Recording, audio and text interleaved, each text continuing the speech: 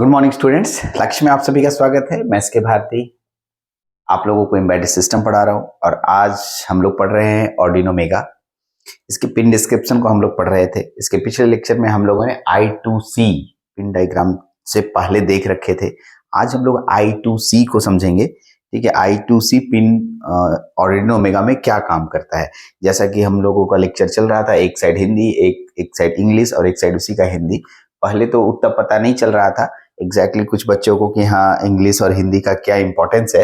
अब खासकर दिखने लगेगा क्योंकि अब बहुत लंबे लंबे लाइन आएंगे तो काफी हद तक हिंदी को देखकर इस बात को समझ पाएंगे, ठीक है, कि एग्जैक्टली इस हिंदी का कुछ तो वैल्यू है।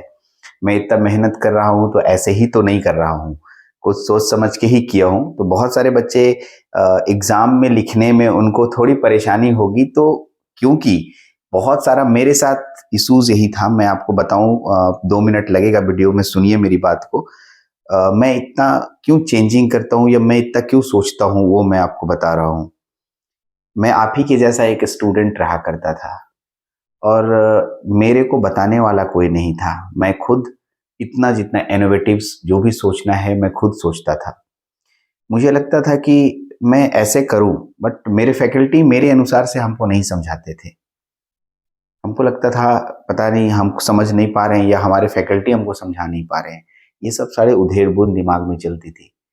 तो फिर जब मैं पढ़ाने लगा या मेरे को पढ़ाना अच्छा भी था लगता था, मैं पढ़ाने लगा तो मेरे को ये लगता था जो चीज़ें मैं फ़ील करता हूँ, मेरे जैसे और भी स्टूडेंट वो फ़ील करते होंगे। हाँ, कुछ बच्चे एक्स्ट्रा ऑर्डिनरी रहते हैं जो इंग्लिश उनकी शुरू से एनवायरमेंटल उनके पारिवारिक स्थिति से ठीक रहती है, तो काफ़ी हद तक समझते होंगे। लेकिन मेरे जैसे ढेर सारे स्टूडेंट होंगे जिनको अंग्रेजी और हिंदी की प्रॉब्लम होती होगी। और ऐसे ही मैं सोचने लगा। आज भी मेरे साथ ये स्थिति है। सोचिए कि अगर मैं इंग्लिश के किसी पैराग्राफ को अच्छे से समझ नहीं पा रहा हूँ और मैं उसके हिंदी के पैराग्राफ को पढ़ लेता हूँ तो मैं अंग्रेजी बेटर तरीके से समझ लेता हूँ। और ये मेरे को लगता है ऐसा नहीं है, ऐसा मैं जानता हूँ कि आपको भी लगता है। और अगर मैं सच बोल रहा हूँ तो मैं मान के चलूँ कि आपकी फीलिंग्स को मैं पढ़ पा रहा हूँ। तो देखिए बच्चा, मैं अपनी तरीके से आपकी फीलिंग्स को पढ़ते हुए कोशिश कर रहा हूँ। जो बच्चे अंग्रेजी पढ़ना चाहते हैं वो इधर ध्यान ना दें, सिर्फ इधर ध्यान दें। आई थिंक रीडेबल है, छोटे से मोबाइल में ये इतनी बड़ी कंटेंट लिखी है कि आराम से रीडेबल है। और जो बच्चे को हिंदी देखना है वो आप इधर भी एक बार उधर पढ़ ले, एक बार इधर पढ़ ले, तो काफ़ी हद तक आप जो भी कमज़ोर स्टूडेंट होंगे, जो अंग्रेजी में अपने आप को थोड़ा सा डर महसूस करते होंगे, वो निकल जाएगा। लेकिन यह एक हिदायत दे रहा हूँ। हिदायत ये कि आपको हिंदी में नहीं लिखना है। ये सिर्फ मैं आपके सपोर्ट के लिए बनाया हूँ। सपोर्ट तब तक ही हिंदी देखिएगा जब ज़रूरत हो। नहीं तो ऐसा नहीं कि आप इसको फिर अपना, मैं आपको सहारा दे रहा हूँ, इसको अपना पूरी तरीके से अपना इसको इसके ऊपर जिम्मेवारी मत दे दीजिएगा। आप अंग्रेजी के ही रास्ते चले, ठीक है, मैं आपको अंग्रेजी पे ही दे रहा हूँ। चलिए तो आते हैं, हम लोग का जो टॉपिक है, क्या टॉपिक है पढ़ते हैं। टॉपिक का क्या नाम है? I2C। I2C, चलिए चलिए हम लोग I2C पे बात कर रहे हैं। I2C का फुल फॉर्म होता है inter integrated circuit. Okay, it is a two wire serial communication protocol. यह two wire serial communication protocol है। सीरियल कम्युनिकेशन प्रोटोकॉल का मतलब एक डिवाइस से दूसरे डिवाइस के बीच में सीरियली डेटा लेना देना। यानी ये ऑर्डिनो मेगा के लिए पढ़ रहे हैं तो ऑर्डिनो मेगा के लिए सीरियल वायर कम्युनिकेशन करेगा। Yes sir, it stands for inter integrated circuit. इसका स्टैंड्स फॉर का मतलब यही होता है कि इसका मतलब होता है, ठीक है, यह इंटर इंटीग्रेटेड सर्किट के लिए है। इसका full form inter integrated circuit होता है। The I2C is a serial communication protocol that uses SCL, serial clock, SCL, serial clock, SDA, serial data। आपको याद होगा मैंने इस पे पूरे डिटेल वीडियो बनाए हैं, SCL और SDA। अब आप बोलेंगे नहीं आता है तो मैं पहले बोलूंगा वो वीडियोस को आप देखेंगे। तब यहाँ पर पहुंचेंगे। SCL SDA, पीछे नोट्स पलटिए आप पहले और इस वीडियोस को पहले तो पॉज कीजिए और पहले SCL SDA पे जाइए, क्योंकि मेरा पढ़ाने का तरीका सोचिए कि मैं जब टर्म को आ जाता है, अगर वो टर्म दिमाग में चल रहा है तो बहुत अच्छी बात है, नहीं चल रहा है तो वीडियो को रोकिए और पहले SCL SDA पे जाइए। चलिए, okay, to receive and send the data between two devices, the SCL is a clock line with SDA is the data line। SDA से डेटा लाइन है, डेटा लेन देन होता है और क्लॉक उसको सिंक्रोनाइज करने का काम करता है। यस, वही है, यहाँ पर इसको पढ़ देते हैं। जो दो उपकरणों के बीच डेटा प्राप्त करने और भेजने के लिए SCL और SDA डेटा सीरियल डेटा का उपयोग करता है, डेटा लेने देने और क्लॉक को भेजने लेने के लिए करता है। ठीक, आइए दूसरा पिन हम लोग के पास है, इस पिन का नाम है एनालॉग पिन, बहुत इंपॉर्टेंट है। मैं इधर को ऐसे ही रहने दे रहा हूं, ठीक है, इसको मैं जरूरत पड़ने के बाद ये पिन हो जाए तो मैं आगे बढ़ाऊंगा। मैं इसको पीछे लेके दिखा रहा हूं कि एग्जैक्टली एनालॉग पिन कहाँ है। तो A0 से A15 को एनालॉग पिन कहते हैं। कुछ, ठीक है, एक लेक्चर पहले मैंने आपको एनालॉग पिन दिखाया था। उम्मीद है ये जो पीला रंग से आपको दिखाई दे रहा था, ये सभी के सभी एनालॉग पिन है। और एनालॉग पिन की संख्या कितनी है? 1 2 3 4 5 6 7 8 9 10 11 12 13 14 15 16, टोटल 16 एनालॉग पिन पाए गए हैं। हाँ सर, एकदम सही बोले आप, पीछे भी बताए थे, उसी के बारे में हम लोग यहाँ पर डिस्क्राइब कर रहे हैं analog pin. There are total 16 analog pin from A0 to A15. The function of analog pin is to read the analog sensor used in the connection। मतलब ये हुआ कि जब हम Arduino Mega में बाहर के कोई सेंसर को जोड़ेंगे तो सेंसर क्या करेगा? जैसे ये हमारा माइक्रोफोन है और ये एक प्रकार का सेंसर हुआ, ये हमारे एनालॉग सिग्नल को एक्सेप्ट कर रहा है और ये एनालॉग सिग्नल में ही बदल रहा है।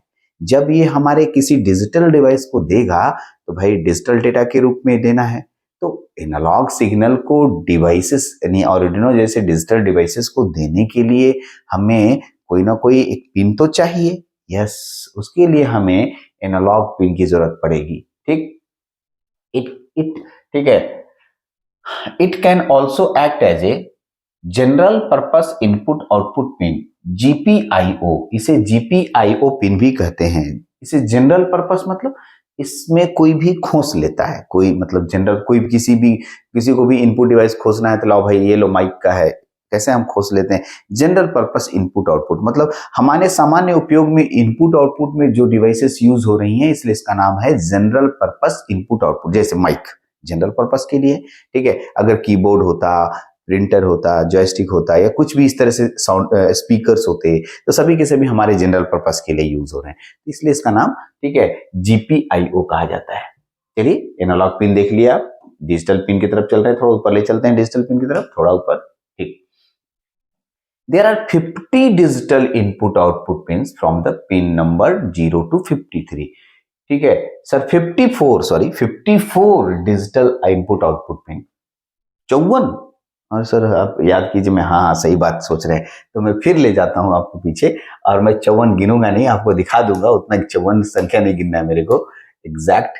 तो आप देख रहे होंगे, देखिए यहाँ से मैंने काउंटिंग करके सिखाया था, लेक्चर पीछे जाके देखिए, ठीक है। तो यहाँ से देखिए 0 से लेके 7 तक यहाँ होता है 8 9 10 11 12 13 14 15 16 17 22, ठीक है, 23 के बाद 24 इधर होता है, 25, ठीक है, 26 इधर होता है, 27 28 29 30 31 32, ऐसे इधर उधर इधर उधर इधर उधर चलते रहता है और कुल मिलाकर के, ठीक है, आप 54 तक जाते हैं। टोटल कितने आपके पास है?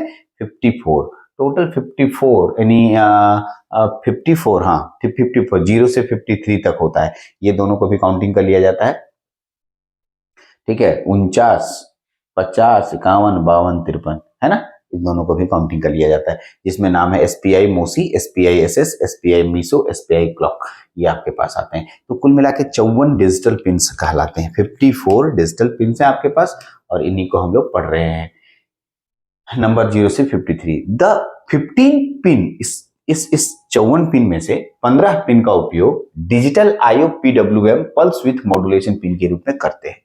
किसके रूप में करते हैं? Pulse with modulation. किसके रूप में हम लोग करते हैं? पल्स विथ मॉड्यूलेशन के रूप में करते हैं। यस, पल्स विथ मॉड्यूलेशन के रूप में। PWM सर दिखा दीजिए थोड़ा, PWM उसको भी देख लीजिए, जब हम लोग पढ़ रहे हैं तो क्यों छोड़ के चले। तो PWM के लिए हम लोग कहाँ यूज करते हैं, देखिए यहाँ से D2, इसको मैं थोड़ा बड़ा करके शो कर सकता हूं आपके सामने, सिर्फ उतने ही दूर के लिए, फिर छोटा कर दूंगा। देखिए यहाँ लिखा PWM, PWM D2, D3, D4, D5, D6, D7, D8, D9, D10, D11, D12, D13, ये सभी के सभी कौन से पिन के रूप में वर्क होते हैं? तो PWM के रूप में, नहीं पल्स विड्थ मॉड्यूलेशन के रूप में यूज होते हैं। चलिए PWM भी आप देख रखे हैं पीछे, PWM पिन। चलिए आगे बढ़ते हैं। इसमें मैं डिजिटल पिन आपको बता रहा था, यहाँ से 15 pin from the digital IO PWM pins, number from D2 to D13, सही बात है, एंड D44 to D46। देखिए the digital pin have the either high और लो, डिजिटल हाई और लो भी होगा। D2 से D13 तक होता है, और D44 और D46 शायद हम लोग इसको नहीं देख पाए, शायद उधर भी हम लोग के पास PWM था, यहीं पर सब PWM हो गया। 2, 2, 4, 2, 6, 2, 8, 2, 10, 2, 12, 2 और PWM के लिए होता है, जो कि यहाँ पर मेंशन नहीं किया है। ठीक, PWM के लिए इधर मेंशन नहीं किया है, ठीक, यहाँ पर होता है। ठीक, तो अभी नहीं दिया है तो हम लोग उसको यहाँ पर बाद में मेंशन कर देंगे। देख लेते हैं, ऊपर वाले में तो नहीं है, नहीं है, ठीक है, नहीं इसी में है, तो ये हम लोग बाद में इसको देख लेंगे कि वहां पर कहाँ पर यूज होता है। आइए, हम लोग क्या पढ़ रहे थे? डिजिटल पिन के बारे में। अच्छा, तो कितने हो गए? D2 to D13 and D44 D46, ठीक है, 44 45 46, 3 इधर, ठीक है, तो 3 इधर और 13 से 2 इधर हो गया कितना? 11, 11 4 15, सही है, 11 15 pin. The digital pin have the value either high और लो, मतलब डिजिटल पिन की वैल्यू या तो हाई होगी या तो लो होगी, मतलब डिजिटल जीरो बाइनरी पे वर्क करता है, 0 1 पे काम करता है, तो हाई भी हो सकता है, लो भी हो सकता है, वो डिपेंड करेगा कि कैसे डिवाइसेस हम लोग उसको कनेक्शन किए हैं। ये हो गया डिजिटल पिन के बारे में। कितने डिजिटल पिन होते हैं? 54। उसमें से PWM के लिए कितने पिन डाले गए हैं? 15। ठीक, चलिए यहां तक हो गया। SPI SCK, SPI SCK बहुत अच्छा है। SPI SCK, SPI SCK serial peripheral interface, दोनों पढ़े हैं, और सीरियल क्लॉक, ये दोनों के दोनों नाम आप पीछे पढ़े हैं ऑर्डिनो UNO में। ऐसा कुछ भी नहीं है कि आप पीछे नहीं पढ़े हैं, सबके फुल फॉर्म धीरे धीरे हम लोग पढ़ते आ रहे हैं और आपको एक एक करके बताया जा रहा है। तो आप ध्यान रखें कि फुल फॉर्म तो पहले फुल फॉर्म अगर आपको नहीं आ रहा है, इसका मतलब आप बेसिक जानकारी नहीं रख रहे हैं, और फुल फॉर्म से ही बहुत कुछ हो जाएगा। सीरियल पेरिफेरल इंटरफेस, इसका मतलब क्या हुआ? डेटा को सीरियली कनेक्ट करना, यानी वैसे पेरिफेरल डिवाइसेस जो सीरियल डेटा लेने देने का काम करते हैं, उसे तो सीरियल पेरिफेरल इंटरफेस कहते हैं। It is popularly used by microcontroller to communicate with one or more peripheral devices quickly. ये बहुत ही पॉपुलर इसलिए हुआ क्योंकि इसमें एक साथ ढेर सारे पेरिफेरल डिवाइसेस को माइक्रो कंट्रोलर के साथ क्विकली डेटा ट्रांसफर करने के लिए रखा गया। एकदम जल्दी जल्दी बोल दिया ना, ठीक है, फिर से बोल रहा हूं। ये SPI SCK यानी SPI इसलिए इतना फेमस हुआ कि माइक्रो कंट्रोलर एक साथ बहुत सारे पेरिफेरल डिवाइसेस को कनेक्ट कर सकता है और उनके साथ डेटा कम्युनिकेट कर सकता है, इसीलिए SPI बहुत फेमस हुआ। पढ़ के देख सकते हैं, ठीक है। यह माइक्रो कंट्रोलर द्वारा एक या एक से अधिक परिधीय माने पेरिफेरल का मतलब परिधीय होता है, उपकरणों के साथ शीघ्रता से संचार करने के लिए लोकप्रिय रूप में उपयोग किया जाता है। यह शीघ्रता के साथ, बहुत तेजी के साथ कम्युनिकेट करने के लिए, इसको अगर इस पिन का यूज कर लेंगे तो हम लोग बहुत जल्दी बाहर के पेरिफेरल डिवाइसेस से डेटा ट्रांसफर माइक्रो कंट्रोलर को करवाने लगेंगे। यस, माइक्रो कंट्रोलर से बाहर के पेरिफेरल डिवाइसेस को कम्युनिकेट करवाने लगेंगे। Serial clock stands for serial, SCK stand for serial clock. Serial clock का मतलब सीरियल क्लॉक होता है, SCK का मतलब सीरियल क्लॉक होता है। In slave it works as a input and the clock generator. In slave मतलब सेवा देने के लिए, मतलब स्लेव और मास्टर पढ़ाए हैं, जनरली इसका उपयोग क्लॉक जनरेटर है या क्लॉक देने का काम करता है। In master it works as a output clock. ध्यान दो, अगर स्लेव है, स्लेव का मतलब नौकर के रूप में काम कर रहा है, नौकर के रूप में ये इनपुट क्लॉक जनरेटर के रूप में काम करता है, और अगर ये मालिक के रूप में काम करेगा तो आउटपुट क्लॉक। मैं मालिक और नौकर को समझा देता हूं, ये दो लाइन थोड़ा इंपॉर्टेंट समझना है। मैं मालिक और नौकर को समझा रहा हूं, स्लेव एंड मास्टर, ये दोनों क्या होता है। अब सोचो, मेरी बात को सुनना, मैं कहानी सुना रहा हूं ये दोनों लाइन को समझने के लिए, एग्जैक्टली ये दोनों लाइन का मतलब क्या होता है। सोचो, मैं इस घर में रह रहा हूं, ठीक है, मैं इस घर में एज ए सर्वेंट रह रहा हूं। सोचिएगा, मेरी बात को सुनिएगा। तो मैं दूसरे के द्वारा दिए गए खाने पे जिंदा रहूंगा, ठीक, तो मेरे को आप स्लेव बोलेंगे, स्लेव मतलब नौकर होता है, ठीक है। अब मेरे को क्या हुआ कि मेरे को खाना दिया गया दूसरे के द्वारा, तो मैं स्लेव हो गया। मैं इंटरनल सेक्शन में स्लेव कहला रहा हूँ। करेक्ट? ठीक है, मैं नौकर की तरह व्यवहार कर रहा हूँ, हमको जो काम दिया गया मैं कर रहा हूँ अपने अंदर के घरों में। ठीक, इसको कहते हैं इंटरनल। ठीक है, input as a input clock generator. सुनिएगा, अब मेरे को खाने के लिए दी गई 50 रोटियां। ठीक है, अब मैं उसमें खाया 40 रोटी या 10 रोटी या 20 रोटी, और मेरे बगल का पड़ोसी आदमी हमसे रोटी मांग रहा है। ठीक है, सोचिए, पड़ोसी बगल वाला बोला हमको 4 रोटी दो ना, तो हम उसको रोटी दे दिए, तो यहाँ पर हम उसके लिए मालिक हो गए। हाँ, यही बात समझना है। तो अभी हम मास्टर के रूप में वर्क करने लगे। ठीक है, क्या कहता है, जब हम इसी क्लॉक को स्लेव के रूप में वर्क करेंगे, इसका मतलब ये इनपुट सेक्शन में क्लॉक जनरेटर के रूप में वर्क करेगा, और ये मास्टर के रूप में जब वर्क करा देंगे, यानी कि जब किसी को क्लॉक देना होगा बाहर, हम मास्टर के रूप में वर्क करने लगेंगे। नहीं, यही क्लॉक जनरेटर मास्टर के रूप में वर्क करने लग जाएगा। काफी हद तक समझ गए होंगे, मैं कोशिश कर रहा हूँ और एक एक पॉइंट्स आपके सामने रखने के लिए। SPI can even have the various devices in the bus, on the bus. बस में होता है SPI, serial peripheral interface, generally जो बस में होता है उसे बस में पाया जाता है, और भी बहुत बहुत सारे विभिन्न उपकरणों में भी हो सकते हैं। हाँ, क्या है मास्टर, देखिए दास में, दास ये नौकर, देखिए एग्जैक्टली ऐसा होता है ना, गूगल में हम लोग जाते हैं तो गूगल में एग्जैक्टली वही हिंदी मिलता है जो उसका एग्जैक्ट हिंदी होता है।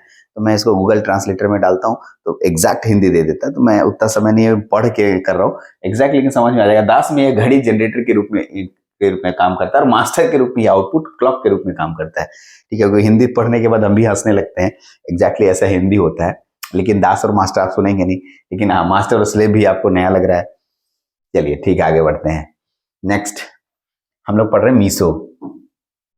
मजा आ रहा होगा आपको, आई थिंक, हमको लग रहा है कि काफी हद तक आपको मेरी पढ़ाई इंटरेस्टिंग तो लग रही होगी। जबरदस्ती हम थोप रहे हैं, अलग बात है, क्या इंटरेस्टिंग लगाओ लग रहा है वो तो आप देखने के बाद ही बताएंगे। ठीक है, चलिए, मैं बोला था 15 से 16 मिनट की वीडियो से ऊपर नहीं जाऊंगा, 17-18 मिनट, 16 मिनट हो गया।